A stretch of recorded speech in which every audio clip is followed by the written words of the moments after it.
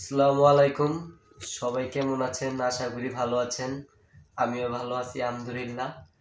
আজকে ভিডিওটা বানাচ্ছি আমাদের গার্মেন্টস শ্রমিক পক্ষ থেকে।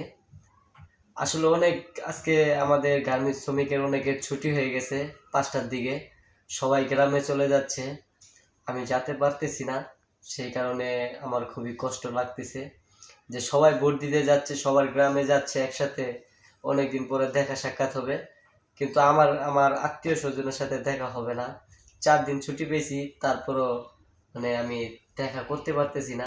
সেজন্য আমার খুবই কষ্ট লাগতেছে, কারণ আমাদের শেরপুর আসনে 3 আসনে নির্বাচন বন্ধ। সেই কারণে আর কি আমার দেশে যাওয়া হলো না।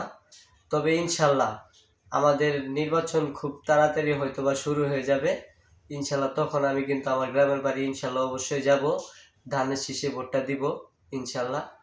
এবং কি আশা করি আমার বন্ধু বান্ধব যতজন আছেন, আশা করি যে আপনারাও আমার ধানের শীষে ভোটটা দিবেন। আপনাদের কাছে আমি ভোটটা চেয়ে নিচ্ছি। তবে ধানের শীষ প্রতীকে ভোট দিলে সবারই ভালো হবে। ভালো থাকবেন, সুস্থ থাকবেন। ইনশাল্লাহ ধানের শীষের হবে জয়। 12 তারিখ শুভ দিন। সারাদিন ধানের শীষে ভোট দিন।